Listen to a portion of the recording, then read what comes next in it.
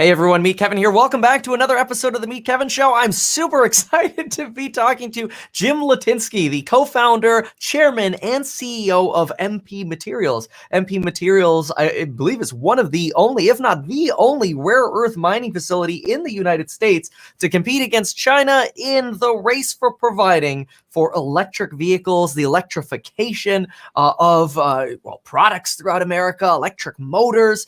I'm so excited to delve into getting more detail on exactly what it is MP Materials does and the future for MP Materials. And there's really nobody better to talk to than, of course, the co-founder, chairman, and CEO, Jim. Welcome aboard. Hey, Kevin. Great to be here. Thank you. Absolutely. So I want to get started right away with Biden and infrastructure. We've got big hopes. Is it going to happen? Does it matter to you guys whether it happens or not? Well, I do think it's going to happen. And I think that there's sort of a broad consensus, whether there's obviously a lot of aspects of infrastructure that are partisan, but there's a broad consensus that we need to onshore more of our advanced supply chain. And that regardless of your views on climate change, the world is headed in that direction. And so as the world electrifies, we just, as a country, we need to lead it because that's the GDP and the jobs of tomorrow. And so I do think we're going to see something bold. I mean, certainly the announcements have been bold, but I think it's going to be an accelerant to electrification, which is great for us all. Nice. Now, why? Tell me about exactly what y'all do, and then I'm going to ask about how this onshoring of the supply chain is going to help. So you operate a mine, essentially. You dig it or you blow it up, and then you collect it all. And what do you do with it? How does it all work? Yeah. So that's right. Well, that's a small piece of what we do. So I'll go into it, and you can fire at me, if I get long-winded. But first, rare earth materials. The reason that those are important is rare earth materials. The main use case is for magnets, and the magnets go into electric vehicles, wind turbines, drones, robots. Like when you think about any electrification, sustainability solution for the coming decades, it's very likely that they're going to have a rare earth magnet in those. What's also really important when you think about just EVs is that there's a lot of talk about battery chemistry and lithium ion, solid state, hydrogen, and it gets confusing and complex. Regardless of how energy gets to a motor, it's the magnet in that motor that makes the vehicle move. And so rare earth magnetics has a really important piece of this electrification future, regardless of which technology wins and regardless of which OEM win. And I'm sure we'll kind of get into a lot of that. But what we do is we're the second largest producer of rare earth materials in the world. The industry right now is concentrated in China. We're the largest scaled producer in the Western Hemisphere. We represent approximately 15% of global rare earth content production. We're profitable, and we've got a multi-stage plan to kind of continue to grow in this space, and we'll talk about the supply chain.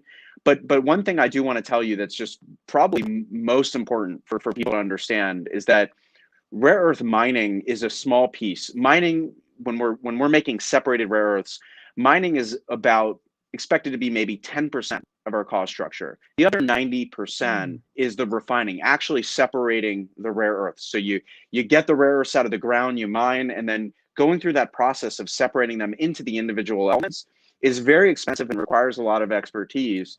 And lastly, here's the really important thing. Everywhere else in the world, it is associated with significant environmental challenges.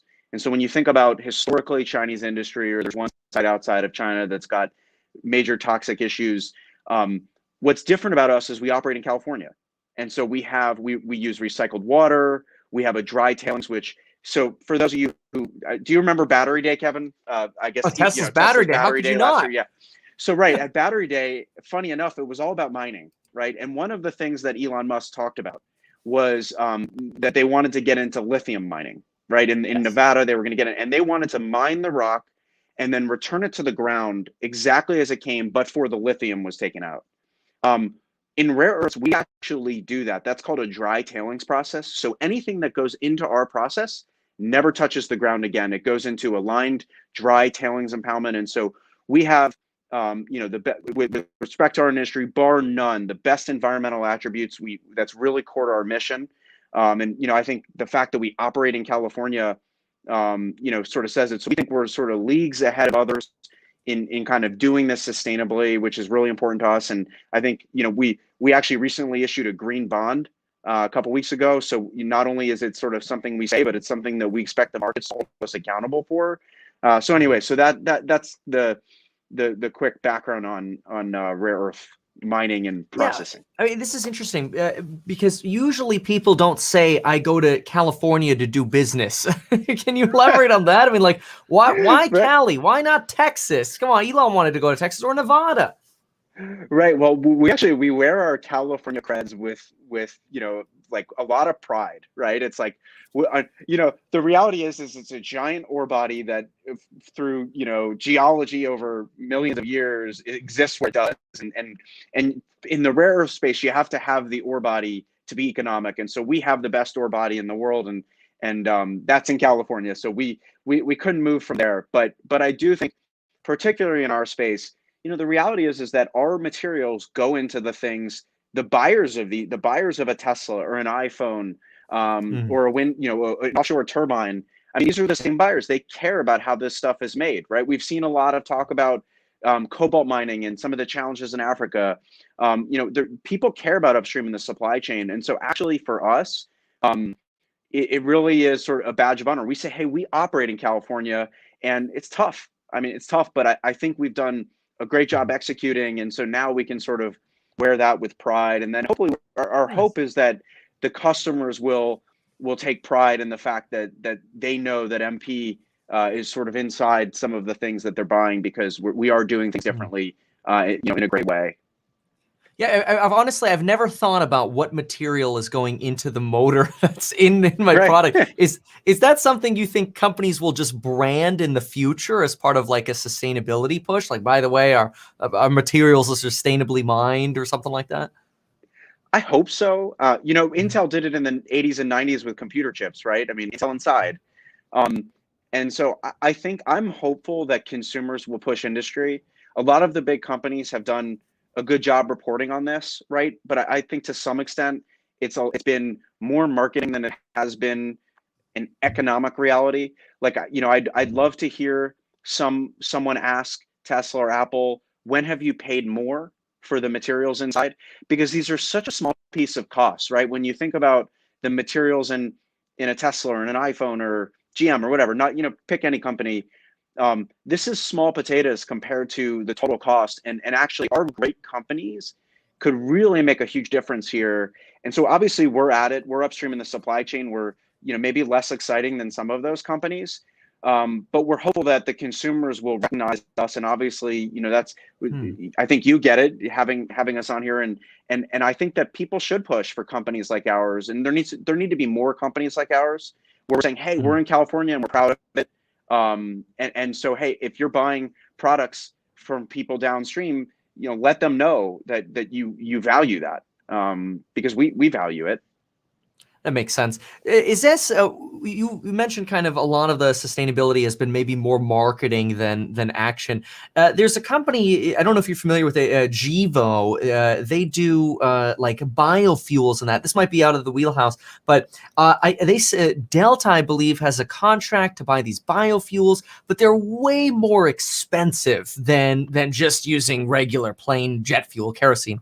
Is it is it possible that, do companies come to MP Materials kind of like maybe, in my opinion, they go to Gevo? It's like, we'll buy, enough fuel from you for a few flights just so we can say some of our stuff is sustainable. But then the rest, we'll just get the cheap kerosene, the cheap stuff from China, right? So here's what's cool. I think this is cool, Lisa. I mean, as cool as mining can be, right? Is Sure. that we actually, and don't take my word for it. By the way, I'm going to plug, follow MP on Twitter. So we have a Twitter handle. And we send cool stuff out, MP Materials, but we tweeted, I guess it was a couple months ago, a chart from CRU, which is one of the really well-respected research firms in the metals commodity space. And they estimated that we're on track to becoming the low-cost producer in the world, that MP is going to be the low-cost producer of REO in the world. And so not only are we doing it sort of with our California badge, so to speak, but we believe we can be the low-cost producer to the world. And so actually, we're not expecting industry to pay more. Wow. And so the way we're doing it is we're making it up with we have huge scale. We're blessed with an ore body that in the rare earth world is very high concentration, and it makes us able to be economic. But we have a real owner operator culture. So for example, I'm the largest shareholder of the company, but every single employee of our company, didn't matter your job, was granted stock when we did our IPO. And so, whether it's, no matter what your job is, people are walking around there like owners. And so I think that makes a huge difference in kind of how we operate, how efficient we are. People point out things, and so anyway, we don't think that we're not, we're not trying to looking for charity. We need to be super competitive, and we think we can be so. So again, check out that cool chart. But we want to be a low cost producer of the world and environmentally friendly. We just think, in the decades to come, that's sort of the price of admission to be a good corporate actor, right? Got it. So is this scale is really coming from kind of hitting that ore body lottery? That's kind of what it sounds like. But then on top of that, you're able to build, like, look, we have so much here. We could scale this much better than, let's say, China could, or maybe some of the other mines around the world.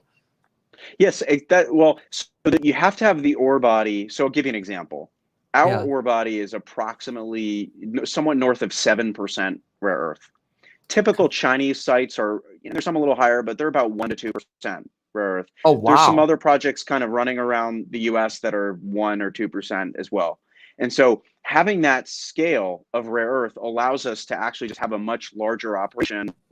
And then add on to the fact that we've got, a couple $2 billion of invested capital assets on site, means that we can just produce such a large amount. And so, like I said, we are currently the second largest producer of REO in the world.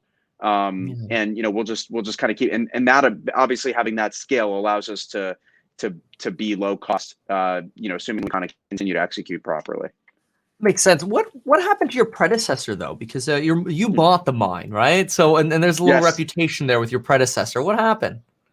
Yeah, so maybe before your time, but do you remember late 90s, Pets.com, right? There was like the internet boom. And there were all these companies that had this awesome story, right? It was like, we're going to sell pet food to everybody in America in 1997, right? It was like, but we were all kind of getting the internet via dial-up, right? So it was sort of like, in not even the whole country was online yet. And so when you kind of looked at the vision, it was a great vision. It was right? Look at Chewy or Amazon today, but it was 20 years too soon. And so sometimes the vision long exceeds the realities. And so the predecessor, they had that vision. It was like, we're going to make materials for EVs, and we're going to get the supply chain back from China. But when they went public in 2010, the Model S wasn't even on the road, right? The idea, it was, people thought Musk was insane. They thought it would fail. I mean, how many people criticized Tesla along the way, saying it would fail? And so I think that they were a decade ahead of their time as far as the end market. But what was good is that they at least had the foresight frankly, they were forced by California to build a state-of-the-art environmentally friendly site. And so they built all this. They spent way too much money relative to what they thought. But then the EV market wasn't there. And then it went into bankruptcy. And frankly, so Kevin, when I co-founded the company, we bought this out of bankruptcy. At the time, it was shut down. It had 8 employees. They had spent $2 billion, failed, went into bankruptcy, and nobody thought that America could compete against China. And so we went and this was days away. I mean, this was like out of a movie, right? We were on the courthouse steps in Delaware. We kicked in a couple $1 million just to keep it alive. They wanted to send it to reclamation. So this site would have been gone, probably forever, maybe at least for a decade or two. We kicked in some money. We came up with a plan, and we relaunched it. And it took a few years of, we're now kind of on to year 4.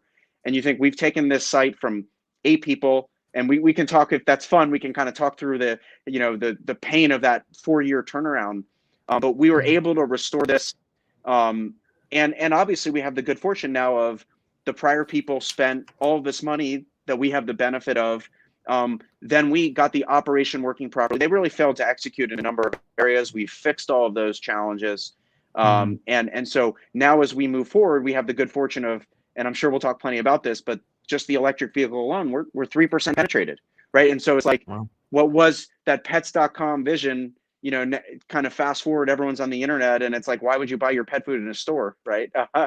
Like it's obviously that's a dramatic example. We're not in technology. We're not cool. We're a bunch of miners and material people here. But like, but the point is that it's just that time. The world has come our way. The world actually really does need a lot of this stuff now. I mean, it's just getting started, and so we have the good fortune of kind of being early and willing to fix a problem that nobody believed could be fixed.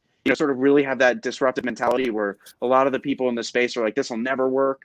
And we just went in there and fixed it. And now obviously we're here for the good times, which we think are just getting started.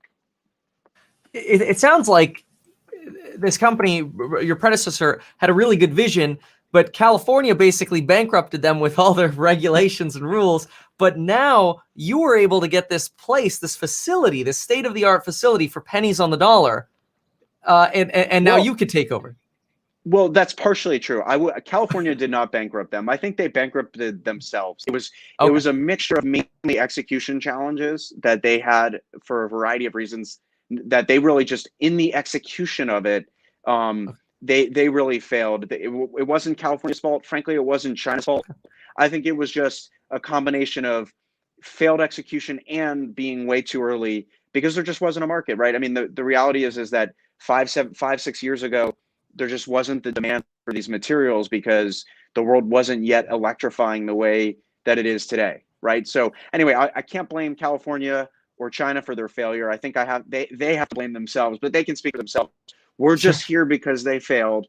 And we do, of everything we saw from the past, we can relate to one thing. Like, we think most of what they did was crazy, but we can relate to one thing, which was the maniacal focus on having a truly environmentally friendly state-of-the-art facility.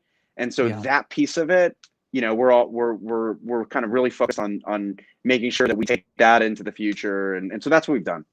That makes sense. I mean, like, how did you even come upon that? Because it sounds like the deal of the century. I mean, I don't know if I can ask, what did you pay for the thing? Because, now you have a $5.8 billion enterprise.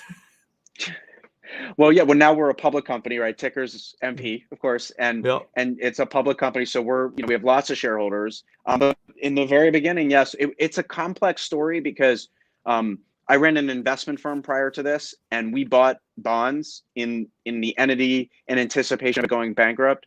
And frankly, never in a million years did I imagine that we would be able to step in and take control of this. But it really, I mean, Kevin, no one else wanted to do it. I mean, I jokingly say that I made the mistake during the bankruptcy of actually going out and seeing this site, because I walked the site and I'm like, wait, this is now considered worthless. They're gonna just like reclaim this, shut it down. And so when I saw the scale of what's out there and the fact that this really is a world-class site, I mean, it had been operating since the 50s prior to that. And so we put together a group and we went through the pain of doing it. And frankly, nobody else wanted to do it. Again, the reason we were able to assemble it all, and it sounds in hindsight so easy, but this was a massive bankruptcy process, a lot of litigation, a very, blood, sweat, and tears. Felt like we were not going to make it a number of times. But anyway, it just goes to show a lot of the naysayers or the industry experts, when they tell you something can't be done, don't necessarily listen to them. Maybe we were just too stupid to know that this couldn't be done, and so we went and did it. Gotcha. That's amazing. Well, good for you all and your fund. Going back to MP, I'm curious. You mentioned that these products, this rare earth oxide that you mine, has to be refined. Who does the refining? Where is that done? So the mining piece, what we call stage one, consists of mining, and then we take that mined rock and turn it into a rare earth concentrated product. So there's a very substantial, think of it as an industrial process going through a mill and flotation facility. Then from there, that concentrate, our next step and the project we're working on this year is to then refine that concentrated product into the individual elements. Most of those assets are on site today. That was part of what the predecessor spent on. That piece of it actually worked perfectly well. They failed on the earlier piece that we've since fixed. And in fact, just for viewers, if you go to our website, mpmaterials.com, we have a 9-minute video that's one of those like cool corporate videos, I think, at least, that shows you a lot of footage from our site and kind of walks through the process. You can see the scale of what we're talking about of the assets. But to be clear, that refining piece, most of those assets are on site. There's a couple other long lead time items, new equipment that we've already purchased that are either on site or on their way. And then we'll put that in place, and then we'll be refining ourselves. So we won't have to send to China to be refined. Got it. So right now you're sending to China to refine. So you are relying on China at the moment. This is your facility. You said the assets are on site. Where? So is perfect. that here's the... So, oh wow, this is a great visual. So if you look, obviously that giant hole in the ground is the mine, and then to the left of that you see this thing right here. Yes. Well, and what do you do? Blow it up or what? There, we do have very, very controlled, specific demolition for the mine. You'll have to come visit. We'll let you hit the button sometime. That'd be amazing. And maybe we can do a live show with you doing a cool explosion. But is it TNT? My son would love to hear that. Yeah, we'll keep him very far away from it, from the TNT. I don't even think I'm allowed to. You have to have a license to handle that stuff. So, but then as you look to the left, all of that stuff is, there's a number of facilities on there, and so you can see we have a CHP plant, which is combined heat and power. It's natural gas fed. There's water treatment. So you can see it the way end. You see that NdPr separation, that arrow? Yeah, at the all top, the way back here. Yeah, and so that building, you can see it looks like it's 3 football fields long at the edge of the site. That building is our NdPr separation, and you would be blown away if you saw inside of it. It's the scale. It's 3 football fields long of these tanks and cells, and that NdPr separation. That's when people talk about refining. That is the separation, and that all exists on site as you see there today. And that building that operated perfectly well under the predecessor. It's mass balanced, and so when we're done putting in some of the other equipment, again that's either en route or on site, we'll turn that back on, and then we'll be making separated rare earth. Got it. Okay, so you got to start over here at the mine. You blow it up, then what? It goes to the crusher, and then goes up this ramp here. Goes to the crusher, then goes up and to the left there to the milling flotation the mill and flotation facility there, right? And it goes then out of that facility comes the rare earth concentrate product. That's the product that we sell today profitably. That represents 15% of global rare earth content production. Oh, so you don't even have to go to impurities removal. No, well, that next piece, that will be part of our stage 2. And that's so stage 2, okay. The removal, and when you think about sort of the piece we're adding is a roaster. So not to get sort of too wonky on you, but there's a step called roasting after you make the concentrate, which is basically just sending it through a big oven. And that changes the state of one of the rare earth elements in it's called cerium, which is very low value relative to the NdPr, the good stuff.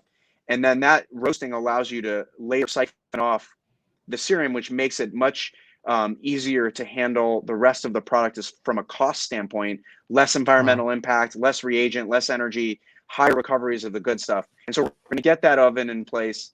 We're going to add some water treatment because we obviously that's important. And that's our crystallizer, which is will help with water treatment. And then we'll fire back up. I guess that's a bad word. We'll turn back on the separation, and we're making some other changes to kind of how we handle and operate on the ground to lower our cost structure. But this is a project that's underway. I mean, we got people on site working on this. And as you can see, if you look at the scale that's out there, this is not a greenfield. This is not like, hey, invest in us and then one day we'll build something. I mean, you can see the scale of the assets on here. This is billions of dollars of replacement costs, operating profitably today. And we're obviously proud of it. Yeah. Now you mentioned these materials are found in electric vehicles or even the iPhone. But what motor is there in the iPhone, and could this material also be found in like vacuum cleaners? Because vacuum cleaners got motors too. Yeah, it's great. So the iPhone, there's very little rare earth used. Because obviously if you think about the size of an iPhone, but typically it's what makes your phone vibrate. is kind of a little bit of a magnet. But who knows? I hope Apple will make a car. One other cool use case. Do you have I'm any just kind of secrets throwing on that? out. No secrets on that to share, unfortunately. No NDA with But I'll Apple? give you the exclusive. If I'm ever allowed to go talk about that to the public as if we were actually doing something with them on that, I'll come to you first if they said it was okay. You know that they're like maniacal about anyone ever talking. So the last thing I want to do is upset them. Yes, true. As you can imagine, or any major company, we want to be a supply chain partner. We hope they all win, right? We hope Apple, Tesla, Rivian, Ford, GM, Volkswagen, Toyota. We hope they all win, because whoever wins, we're a picks and shovels play, as we say. Whoever wins, we just want them to. We want to supply the materials and ultimately the magnets to them. Yes, Dyson uses a lot of rare earth magnets when they're making cool blow dryers and vacuum cleaners or whatever. But here are some other really cool use cases. Do you know Rivian has that tank turn, or the GMC Crawl has that crab walk. Those have, or actually Lexus has a new car coming out that's got it. Those have what was called e-axles, or rare earth magnets in their rare earth magnet motors in each wheel. So that's what the Rivian, that's what makes them able to kind of turn in a 360, in place kind of 360. And so the thing about rare earth magnets is, when you think about a magnet, rare earths basically allow you to be much smaller, much higher powered, and more efficient. And so you couldn't do a tank turn with a non-rare earth magnet, because the magnet would have to be, the motor would be too big for the wheel, probably. I mean, or at least way too big to be useful. So by having a rare earth magnet, you can do cool features like that. So I think over time, as people compete, whether it's on range or cool features, rare earth magnetics, I think, are going to be a bigger and bigger piece of sort of this evolution. And again, that's what's cool, is we think, we don't know who wins those competitions, but hopefully we'll be part of the solution. Does Tesla buy directly from you now, or do they need you in their vehicles now? So right now, Tesla or pretty much any OEM buys, if not 100%, almost 100% of their magnets in China, right? Because it's not just the rare earth. The rare earth then becomes a magnet, and that magnet goes into their motor. And so the magnet is made in China. Tesla buys in China. Our mission as a company is to restore that full supply chain to the United States of America, from the mine, where we then refine it, metallize it, magnetize it. And that's what the magnet piece is, what we refer to as our stage 3. We have a team at work on this, and we've made clear this is going to be a multi-billion-dollar, multi-year problem that we need to work on to get this supply chain back here, because companies like Tesla, Apple, GM, whomever, they're not going to want small counterparties, right? They're going to want companies that they know can deliver. And so that's one of the powers of us being a public company with, we have well north of $1 billion of cash on our balance sheet. And so that is something that makes us a really credible counterparty to hopefully helpful, in delivering that solution to them. So they know that there's a U.S. source of supply for this. And of course, that's going to create American jobs, help us with our supply chain, and also give sort of some strategic flexibility to our great companies so that they can compete globally and not worry about these supply chain issues that we're seeing. And that was obviously, that's a big piece of the President Biden executive order that we recently saw, and some of this infrastructure that we're talking about. Wow. Yeah. I mean, so these 3 stages, the mining I get, the refining I get, you got to separate all the junk and get to the good quality stuff. But you could also get to the point where you're actually selling the magnets as well. So maybe some point in the future, Tesla could just go on your website and go, yeah, I need 27 magnets today. I'm obviously oversimplifying, but is that the goal? Yeah, that's our long-term vision that we've said clearly that we're working on, and we've got the capital and the team to do it, and the resource. So yeah, that's the vision, and maybe from there, who knows? There's going to be a lot of robot dogs in the future. Who knows what else we'll make one day from there? But robotics too, then, huh? Robot, for sure. And I don't know if you saw that cool video of the Boston Dynamics robots dancing. Yeah, the dog style thing. Yeah, the dogs. I mean, that's what makes it so exciting, and why our teams so motivated is obviously there's a patriotic element to this of getting our supply chain back. There's an environmental element to just knowing that we're doing this in a sustainable way. Again, those California creds, but also just we feel like we have a front row seat as a company for all these cool industries. I mean, again, I don't know if it's robot dogs or e-aircraft, or offshore, we're gonna have more offshore wind turbines. You know, an offshore wind turbine uses a huge, I mean, it can be 650, 700 kilos of rare earth magnets, of NdPr. I mean, it's a huge amount of usage for an offshore turbine. So, you know, all of these kind of industrial electrification uses of tomorrow, and then also some cool consumer products, are going to need what we have upstream. And so we just feel like, as a company, if assuming we continue to execute as we have, we just have a great strategic position, right? We can be part of this dialogue as this all unfolds. And we don't need to dominate. We just need to show that we can execute methodically over time, and then our business can just continue to grow. And you know, who knows where it'll go. This example here of the 650 kilos in an offshore turbine, this is to be essentially part of the generator, huh? But why don't they use regular magnets? Like, why are your magnets so important? I mean, 650 kilos, that's a whole lot of stuff. That's a lot. Well, when you think about those huge offshore turbines, they're hard to get to. And so the last thing you want is a lot of maintenance costs. And so the magnet is in the middle. That's what makes the turbine spin, right? You think about the kind of the magnet going on and off is kind of what creates the motion. And so, like in the middle of that the copper coil, so to speak.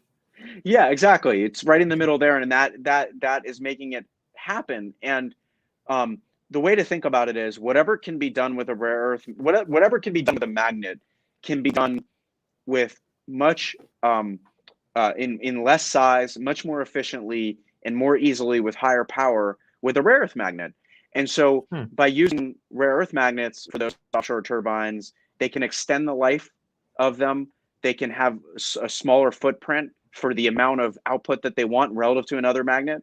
And so when you're thinking, you know, if you're GE or Austin or one of these other companies that's kind of building these things, if you can have a turbine that lasts a number of years longer, or that requires fewer maintenance visits, that's a massive difference in cost. And also that can generate, you know, be more efficient in how it generates power. So again, that's a use case. There's so many of these use cases that you're going. And again, I don't know which. I think there'll be the EV certainly is, as we've talked about, is a huge use case. And so there's just so many of these growth industries that we feel like it's early days in, that we just get to be a part of, a small part of.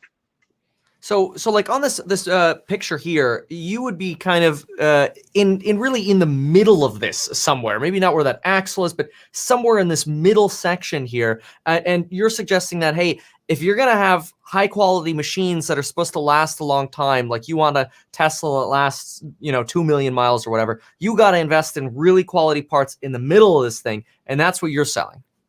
Yeah, and remember, think about that exactly. That's exactly it. And think about the smaller what's in the middle is, that's making everything work, the more efficient it is, the better the rest of it is, right? And so, by the way, that would apply to a robot. It would apply to electric vehicle, you know, take electric air taxis, right? For you see all these companies that are out there that are going to do that.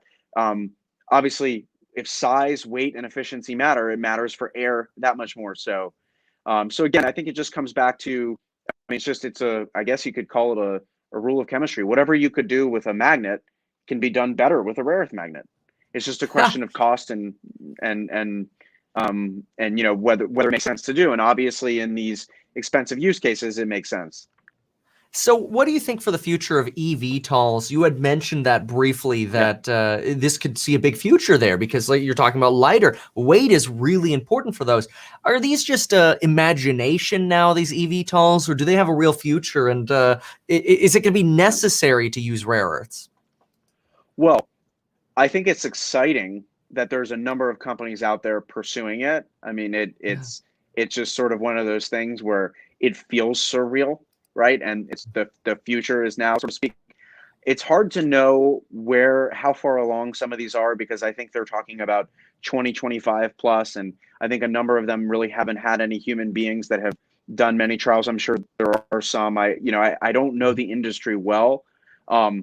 I wish it well. There's so many companies. I don't have a view as to kind of which one's gonna lead or win. And again, that's what's great about being in our position, is We wish them all success. We know odds are that they won't all be successful, but we're pretty confident that they're going to want a motor in their machine that's going to be a rare earth magnet motor, and so we'll be happy to be their supplier. These magnets, I imagine they're recyclable, or that maybe they're not. I mean, do they lose their charge at some point? Great question. And if they're recyclable, isn't it possible that companies like Apple just take all those trade-in phones, break them apart, use their little robots to take the rare earth metals and magnets out, and just reuse them over and over again? Right. Great question. I love this question because it's really important, and recycling must be part of our future with materials, with all these things. Apple actually talks about recycling their magnets in China, but it's a little bit confusing of what they mean, because to me, I guess I'm old school. Recycling to me means if there was no new production and you just had the stuff that was already made, you could take that stuff and make new stuff from it. That's recycling. Right. What happens today, and this goes for Apple or anybody who's recycling in China, is there's pieces of magnets that fall off the assembly line, and then the Chinese producers take them back and then get them back into the assembly line and so recycling as it stands today requires new production. And so when companies like Apple say recycling of magnets, what they really mean is new production in China that is more efficient. So by that function, all magnets are recycled in China. So what we want to do though over time, and I think where we can lead, is that true recycling that we hope to do is where you have stuff that's out there, whether it's from iPhones and by the way, Apple's made great strides in kind of pushing this narrative forward. So credit to them. None of that is a knock, but whether it's an iPhone or a motor or whatever, is getting those magnets, ultimately separating the rare earths from that old magnet is what we do. That's separation. It's kind of it's essentially taking old material and separating it. And so that's actually what we specialize in at MP. And so we believe that the industry, there's not enough stuff out there today to be really economic, but we strongly believe that over time, that as the world evolves, as we get more penetration for electric vehicles and all of these things, that we are positioned, given what we do at MP, we're positioned to lead in recycling when it becomes economic. And so I think that that's something, and again, this is years from now, but that's something that we fully intend to heavily look into, and obviously, we do work on that today, but we hope to lead in that as well. And so I think that there's a strong case to be made that if we continue to execute as we believe we will, that we'll be a leader in recycling rare earth magnets in the future as well, which again needs to be part of the solution. I think people, gotcha. Oh, sorry, yeah, people, we can't, there's if we're focused on climate change and we want to electrify and we want to get these supply chains right, we're going to need to make new stuff. I mean, the reality is, if you want an EV, we need to mine, and so we need to refine. And so if we're going to do that, let's do that sustainably. And then when it's economic, let's recycle too. We're going to need to do all of it. I don't think you want to not fly anymore and not drive your car anymore. I mean, we don't want to go back to the Stone Age. We just want to be we want to be as thoughtful as we possibly can, given the practical realities. And that's what our company's about, is we're just, we want to make sure that this stuff has to be done. We want to do it in the right way. And then we also, when the time is right, where it can be recycled as well, we want to lead in that too. So we're just kind of pushing the world forward to the best of our ability on all fronts. Is that like a stage 4 then? If stage 1 is mining, 2 is separating, stage 3 is making the magnets, does 4 just go back into 2, or is this like just I guess you just named it. You've sort of broken news in a sense. No, I'm joking. Like we haven't discussed a stage 4, but it's a fair conclusion that sort of a next significant strategic evolution. And again, I want to caution people that every piece of this, one thing that I think that it maybe is a little different about MP Materials relative to, frankly, I think a lot of companies, around electrification or just in any growth areas, is that we're very execution focused. We want to do this one step at a time. We want to make sure we believe we just have so many areas of huge growth in front of us, so many strategic ways we can evolve. but we're going to do Mm. this step by step. We're going to do this slowly. We want to get this done right. We want to make sure that the downstream has trust in us. We want to make sure that we have a successful business each step of the way. And so, whenever we talk about a new stage, we want to make sure it's more, sort of fully analyzed and understood. But before we sort of just go out there and say, yeah, we're going to do all of this, because I do think one thing that I think investors, your viewers should be cautious of is there's so many companies out there doing exciting things, but it's just an economic reality, and it's okay. But some will fail, many will fail, Yeah. and so I don't want investors to get ahead of themselves. I want them to be realizing that we can say a lot of exciting things, but it takes execution. It's hard, and this takes time. And so I hope they look to us and at least see that we want to be earnest and focused on making sure that we can do what we say we're going to do. And today we've done a great job at that. We're going to make mistakes, but we can do all of these things, but just on a measured time frame. What's going to be the most profitable stage out of all this? Because right now you're making money, you beat earnings, and you're just doing stage one. You're not even separating yet, and you're not selling magnets yet, which are future things. Once you get this whole line up, what's your guess? What's going to be the profitable part? Is it 30, 30, 30, or what do you think? Yeah, well, it's a great question. A lot of that is dependent on other inputs that are out of our control, right? We can control what's in our control, and that's our operating costs and certain ways that we can manage things to sort of make sure that we're efficient. But what we can't control is the price of the commodity. We can't control how the magnet industry evolves, and so it's hard to answer that question in a vacuum. What I can tell you is that if you just think about, we're doing our stage one profitably today. Yes, if you just look at our most recent reported numbers, okay, you can kind of do the math around what our run rate revenue is, and call it, just say roughly 100 and something million. I'll just keep it very vague. Please look at the financial filings. I'm not trying to make any kind of statements. I want to keep people very measured here. And then you look at the REO that we're producing. It's roughly a little north of 38,000 tons annualized. If you look at the NdPr content that's in that, just the NdPr content alone, in that amount of REO that we're producing, that we have to sell to China, that the Chinese refiners then turn into the NdPr and make a huge amount of money, that would be north of what is 100 and something million today, would be north of 500 million of revenue at today's prices, assuming that last quarter's numbers annualized. And so we're working as fast as we can to get that refining piece done so we can capture that significant uplift. The good news is, though, is as prices go up today, that's still our stage one business benefits from that, because there are Chinese producers who are all competitively bidding for our concentrate product, because they can make a lot of money on it. And obviously our goal is we wish them well. They're great, they're customers, but we obviously want to make more of that money for our shareholders. And so that's obviously the goal of stage two. And then stage three, we'll see how it evolves, and we will certainly come to the market and tell people specifics when we feel like it's appropriate to do so. That makes sense. This REO quality. I want to touch on that a little bit. You mentioned that yours is you have this high quality because you have this high concentrate that China doesn't have. Maybe you're 3 to 4x what China has. When we look at numbers, whether they're on your earnings or whatever, usually we're just like, okay, we've got this many tons of REO. Is it true, or is it fair to say that your 1,000, say, tons of REO could be totally different from China's 1,000 tons of REO?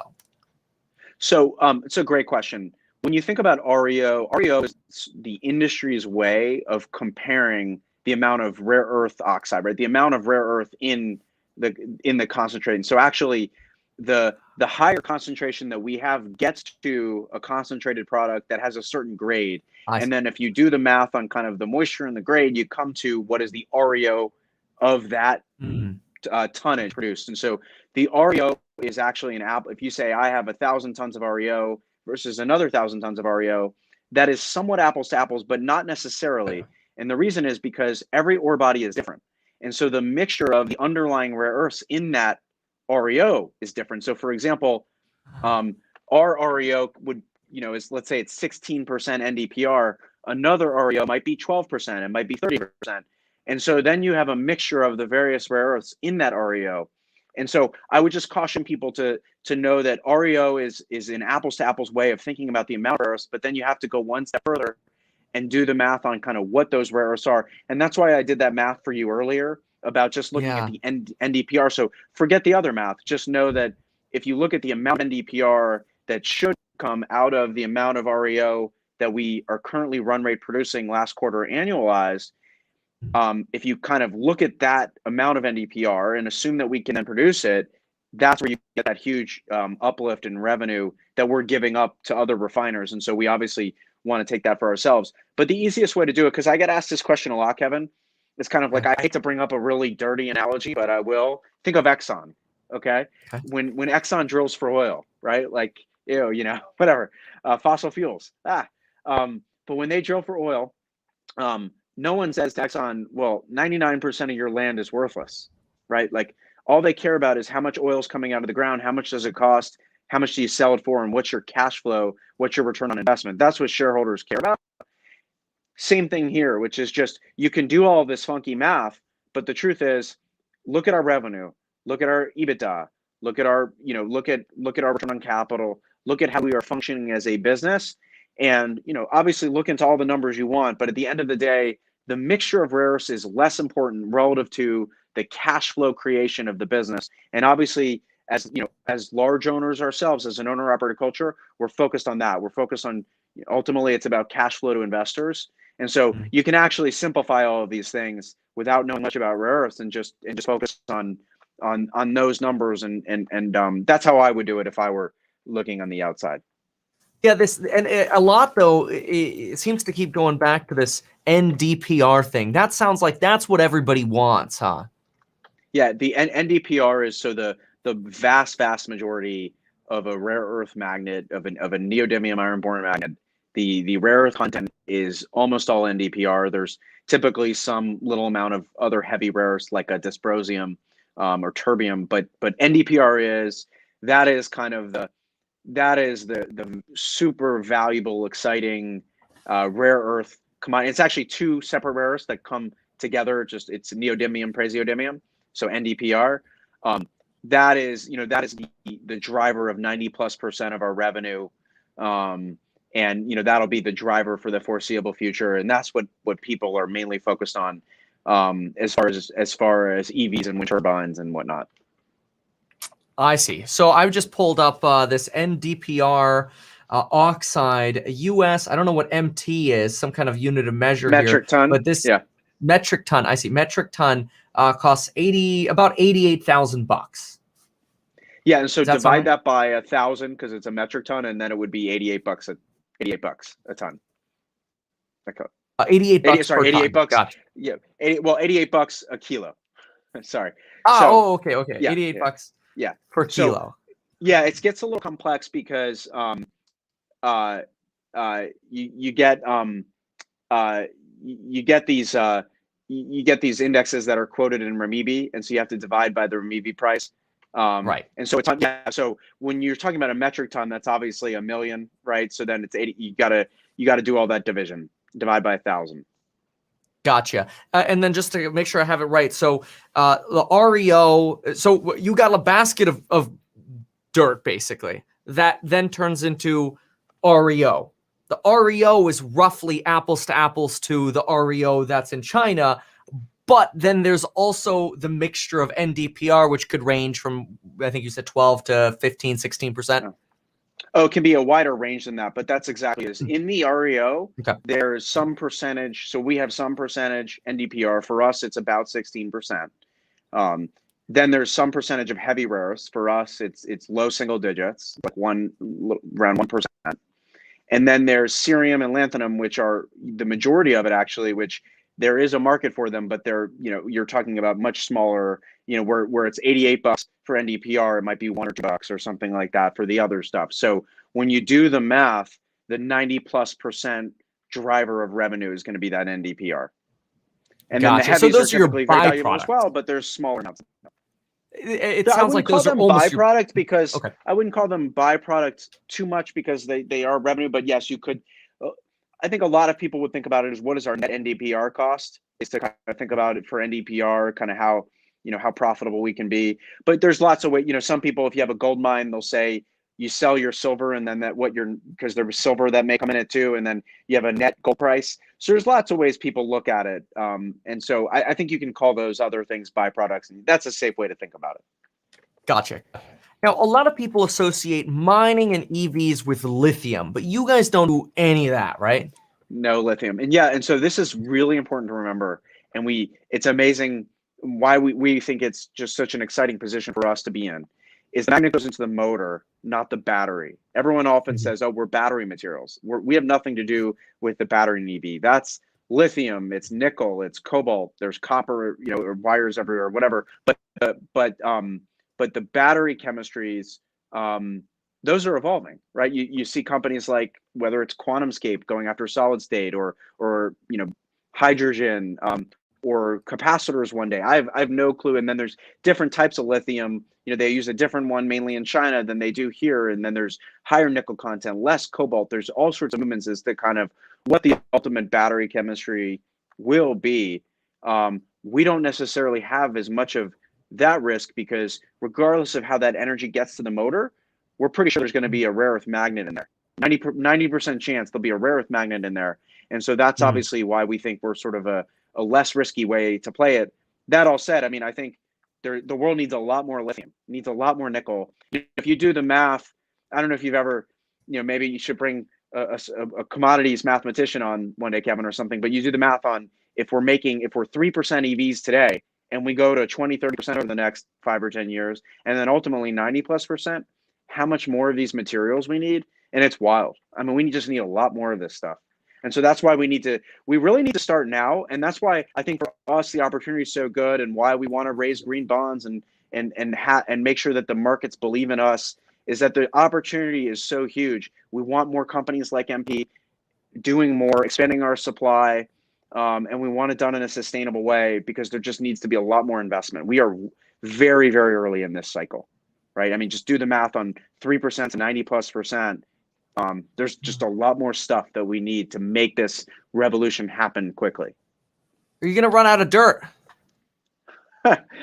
Well, fortunately we have a a very long mine life that we think we'll work towards extending via drilling and getting more efficient. So we don't worry about that for decades to come. But I think that for our space, it's really not about the mine, Kevin. It's about the refining piece, right? It requires billions of dollars of investment, and we've already gotten that investment mainly made. And so for all those other folks that are going to bring on supply, not only are they likely to have an inferior ore body to us, so that means their cost structure is going to be higher and their environmental footprint is going to be worse, but they still need to design, then get permitted, and then build this giant facility. And we've already got that. And so, by the way, we didn't talk about it, but what I often like to say is, the lowest cost, least risk, nearest term source of new supply of our materials, at least, would likely be if we were to expand. If we were to add to some of the assets in our stage one, ultimately that could be part of a plan. Obviously, we haven't said anything around numbers around that, and you should assume that none of that's happening in the near term. But as the world evolves, and it's clear that the electrification is in fact happening, which I believe is fait complete, but we'll let things play out a bit further. It would make sense for us to continue to expand, and that obviously underlines the opportunity that we have to just continue to grow on all of these levels, all of these stages. There's a question that came in about a partnership that you have with LYC.ASX. This sounds like it's a plant based in Malaysia. Can you talk about this a little bit? Yeah, nothing to do with us. So that's a public company in Australia, Linus. We have nothing to do with them. They're a different company. And that's the one they have. So the challenge they have is they have a mine in Australia, and they have their refining facilities in Malaysia. They have a different type of ore body than we do, and they have a massive toxic tailings issue where they have, I think it's like 1 million tons. I don't know. You have to look at their numbers. I don't want to speak on their behalf, but the Malaysian government has said for them to keep their permit, they need to figure out where they can store this, and they're having some significant issues as to where they're going to essentially place their toxic waste dump. And so a lot of people in Malaysia are angry, and and so that's why I speak to, we believe that we are the most environmentally friendly. We don't have those toxic issues that they have. And so our site, our mine and refining facility are in one site in California. And, we have, like I told you about that sort of the Musk lithium approach. Obviously, we have nothing to do with lithium, but in rare earths, Sure. we do things that way. And so we just don't have the issues. And so, yeah, I would encourage people to Google about that company and kind of make their own conclusions. But again, that is very different from the way we do things. Gotcha. Now, obviously, this NdPr is a commodity, as you've mentioned, which recently we've had crazy supply chain shortages and increases in prices. How subject to inflation are y'all? And is it possible that these prices just crash and affect your profitability? And to even further build off that, is one of the reasons you were so profitable in the last quarter simply because of supply chain dynamics and commodity prices going up? Sure. Well, ultimately, prices are a function of supply and demand, right? I mean, that's just ultimately any commodity, anything in life is essentially a function of supply and demand to a large degree. And if it ultimately, things are cyclical.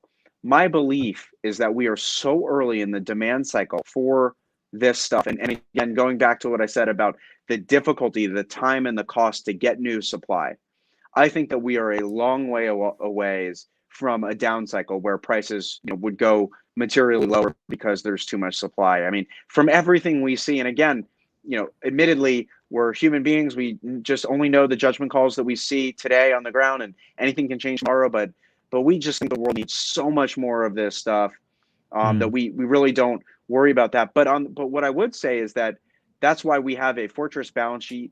We have in excess of $1 billion of cash, nearly $1.2 billion of cash on our balance sheet. And so we have the balance sheet and the cost of production. That's why I mentioned that CRU chart that you can see that we tweeted. So, go follow, see that chart. And that'll show you that we anticipate that over the coming years, we will be the lowest cost producer in the world. And so therefore, if you believe in those things around cycles, we should be able to preserve profitability through the cycle. Now, again, anything can happen in the short term, but we think it just positions our company really well because we can generate great profits in the upcycle. And hopefully, if we do our job right, should be able to maintain profits in the down cycle. That makes sense. And this extra, I think I just found the CRU. Oh, I just found it. Yeah. Okay, actually, let me pull that up really quick, and then I'll go to my next question. Yeah. Oh, cool. Let's see here. Okay, gotta hit the right buttons. Yes. Here, I'll hide myself for a second. This is the chart, right? Yes. So CRU, I gotta figure out. I gotta look into who that is. Projects MP Materials will be the lowest cost rare earth materials producer in the world, and this is pretty much going to relate to the NdPrs, current, probable, and mountain pass. So this is y'all right here, and they're projecting. This looks like a regular kind of growth, but then potentially maybe you can explain. No, those are all the other producers. Yeah, and I want to be careful because I think one of the reasons I want to cite third-party research is I think it, for me to come on and say, oh, we think we're going to be this, like this doesn't tell you anything. I think this is a well-respected research firm that, and by the way, they'll gladly sell you their reports, right? So people should go out and buy those and do their own work for sure and test everything I'm saying because this is third-party research. But what that is they looked at all of the producers in the world to the ability that they have to kind of look at those operations, and that was the chart that they produced. And so again, I would look to them. I think hopefully the point is that this is a third party that's kind of looking at the industry writ large and making that statement as opposed to me coming on here and saying, hey, in the future I hope to be this, and then you kind of don't know if I'm for real or not. And so I think that this is thoughtful analysis that was done. We obviously are going to work towards that. But go by the research. Don't take my word for it. Gotcha. Why do you have all this cash? Is it just so you can buy these ovens and the refining, the almond roaster, basically? Yeah. Well, the goal is that we believe that there's such great opportunity to continue to move downstream for all of the things that we discussed, that we want to have the firepower to restore this multi-billion-dollar supply chain to get this job done right. And so it's going to require, we've sort of clearly said, buy, build, and or JV. And so we want the firepower to be a credible counterparty. And again, if you look at the predecessor, I think one of the challenges they had is they were a leveraged business that were never profitable. We obviously are profitable. We generate cash flow, in our existing business. And so we just want to make sure that we just continue to be very conservative in how we run, how we execute, so that we can kind of fulfill every step. Because the good news is the growth potential is so high, we don't need to take a lot of risk on our balance sheet or do all sorts of crazy things that put our shareholders at risk. We just need to methodically execute. And so we want to have a war chest of capital and to make sure we do that right. But then, by the way, let's be clear. We are owner operators. We care very much about our stock price because it's our money at stake. And so hopefully you can trust us to not do anything intentionally stupid with our money. Of course, people make mistakes, but we believe we're going to do this right. And if we don't see good uses for it, we'll just return it to shareholders. We have no problem paying dividends or doing buybacks in the future, but we just think that the opportunity ahead of us is so great that we don't want to, we don't want to be short-sighted on that front. I just briefly, I want to ask about, you mentioned, it just came back to me, this thought of radioactive material or radiated material in the Malaysian refining plant. Do you have this issue too? Like, where does it go? Where does all this extra product go that you don't use? Yeah, and so that's why, well, for us, we have a dry tailings, which essentially means that, and a zero discharge site, meaning that anything that touches our process doesn't touch the ground again. So there's no risk to the groundwater. It goes into a line impoundment, and think of it as we take that rock, we get the rare earths out of it, and then it goes back into the ground almost like in sand. It's dry, and so there's no risk. I don't want to speak for other parties. I think people should just Google Lynas and Malaysia and look for themselves and some of the issues with people protesting over toxicity and tailings and water supply and all of those other challenges in Malaysia. Again, whether it's Malaysia or some of the issues China has historically had, we just do things very differently in California. And so that's why, we're very proud of that. And I do think, though, that one of the things I would say, and to their credit in China, there's been a huge movement to clean up this industry. There's been a lot of consolidation, and the government is very focused. And so I actually think, one, it's great for the world, and congratulations to China for doing that. I hope they continue to do that. But it's also very bullish for the sector, because to the extent that China is continuing to focus on this, which in recent weeks, rare earth officials in China have come out and said that prices don't reflect environmental costs, i.e. prices should be higher because we're going to crack down on the environment. Again, their words, is that as they continue, they and others, and hopefully the markets, hopefully Tesla, Apple on down, focus on the environmental aspects.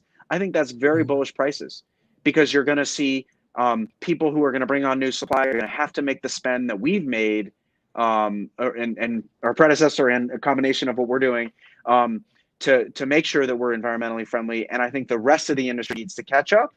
And then also for the new supply, they need to catch up. All of that is bullish prices. But now mining is, I mean, you're using heavy equipment, a lot of diesel, a lot of gas. You got to run the furnaces and all this. Is there a path towards sustainability there, or is it just a matter of trying to mitigate and maybe trying to use like cleaner diesels and things like that? Well, so we use clean natural gas that we have a CHP plant on that we plan on turning on soon that will use clean natural gas. And obviously every aspect of our operation, we're focused on that aspect. 95% of the water we utilize is recycled, and sustainability is very, very core to our mission. We sort of openly talk about that. And that's why we wanted to be a green bond issuer. We thought it was important for our industrial and government stakeholders downstream to know that we want to hold ourselves accountable for at least working best towards these goals. And I want to be very clear. We do make materials, right? We're not a software company. We can't be as, we can't be the way a software company is. We make stuff. And so the question we have to ask ourselves is, do we want electric vehicles, or do we want fossil fuel vehicles? Do we want wind turbines or coal power plants? If we want to transition the world, all of this stuff takes time. Getting a supply chain to the US takes time. And so perfect cannot be, we don't want perfect to be the enemy of the very good in this case. And so companies like ours, to the extent that investors view our company as a big source of value add and continue to lower our cost of capital, we can continue to push industry forward to being better than the alternative. And so that will have huge ramifications over time. But again, we make stuff. I mean, we can't get around that. This idea, Sure.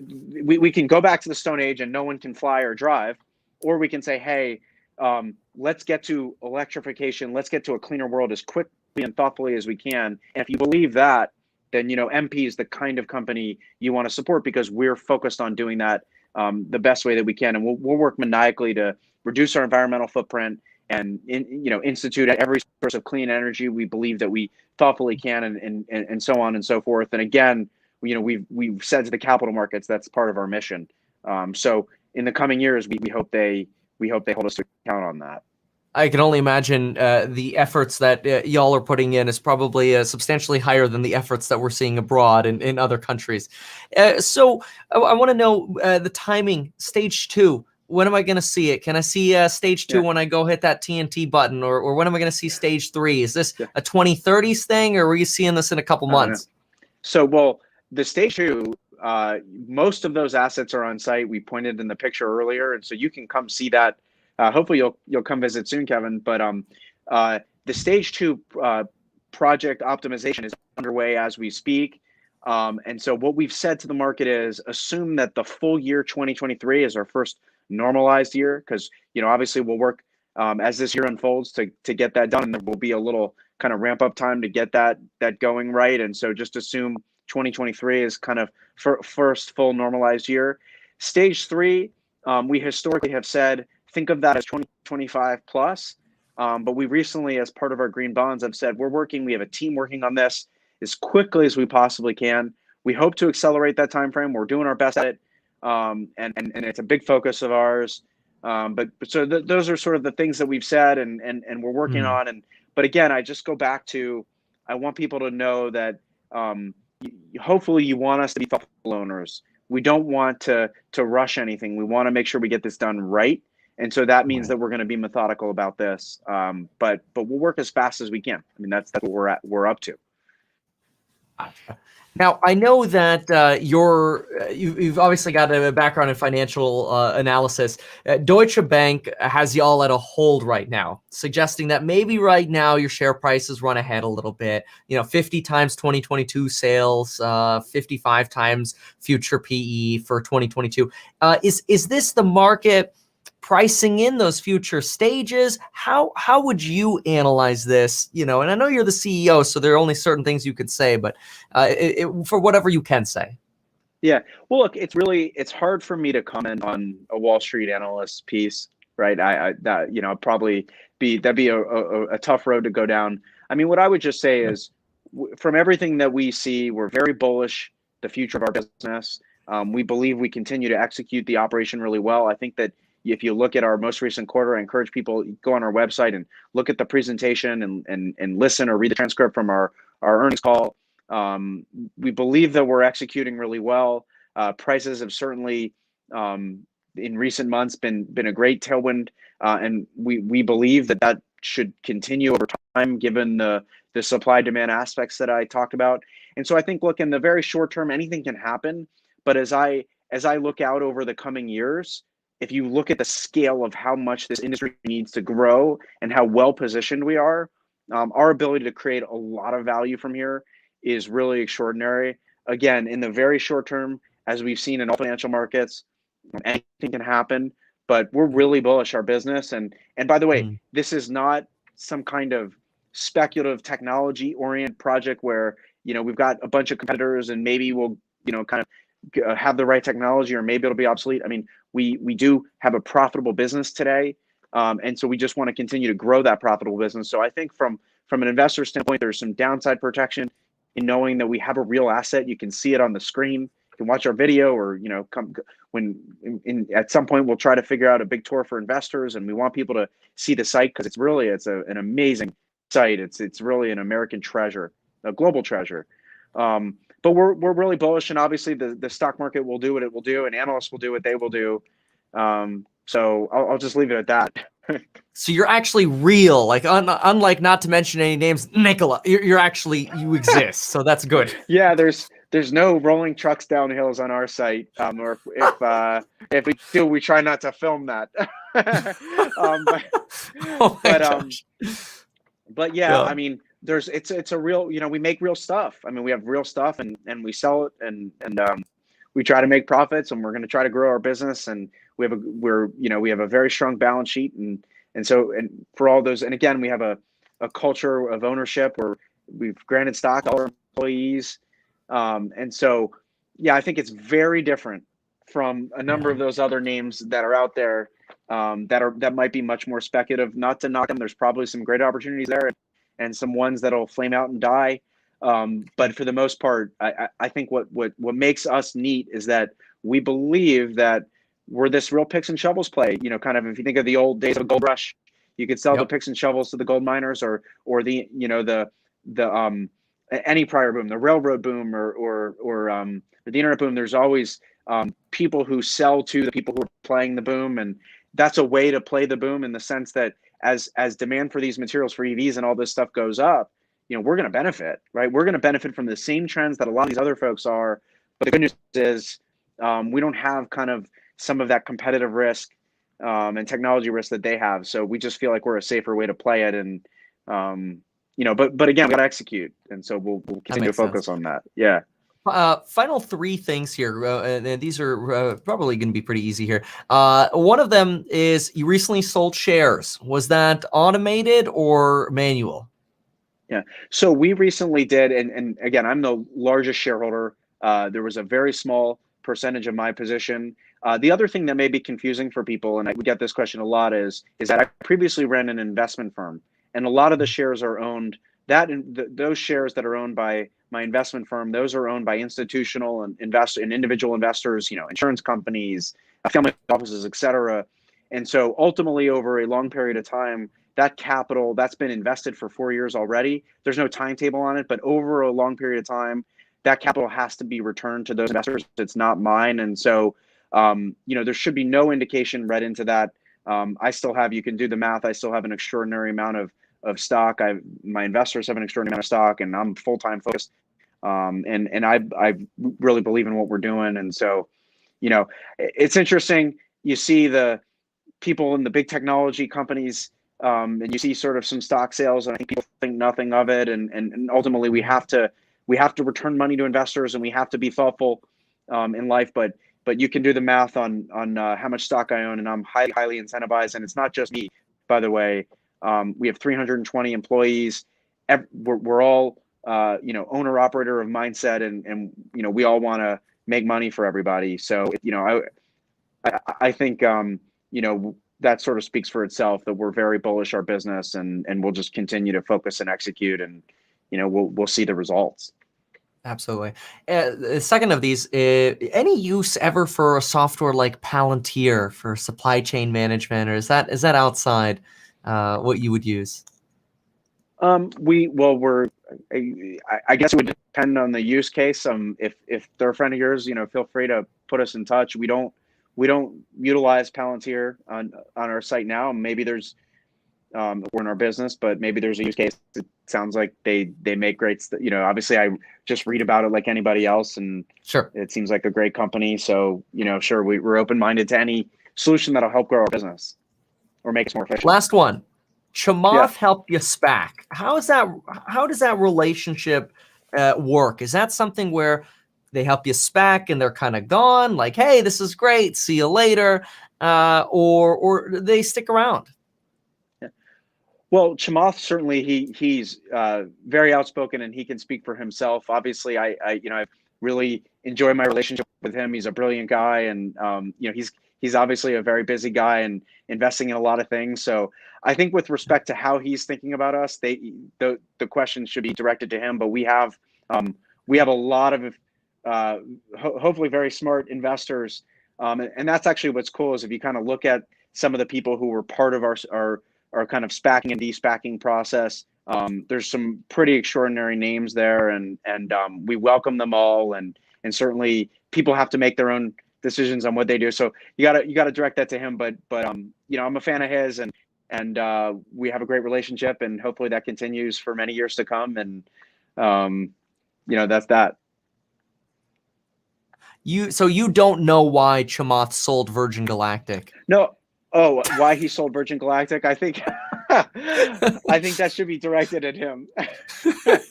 Wait a minute. That's an With the easy way one. you responded there, did he No, 'cause also sell shares of MP? No, he's not I honestly have no clue what he does with his individual holdings. So Sure. I literally have no view as to what trading he does, him or anybody in our stock. So I literally, it's not that I'm not hinting at anything. There's nothing I know and I can't tell you or don't tell you. Like I literally, it's, you know, it's not something that I spend any time thinking on, because it's, you know, it's short term noise. But you heard there's nothing he wants I'm to run hinting at for or governor. telling you. Yeah.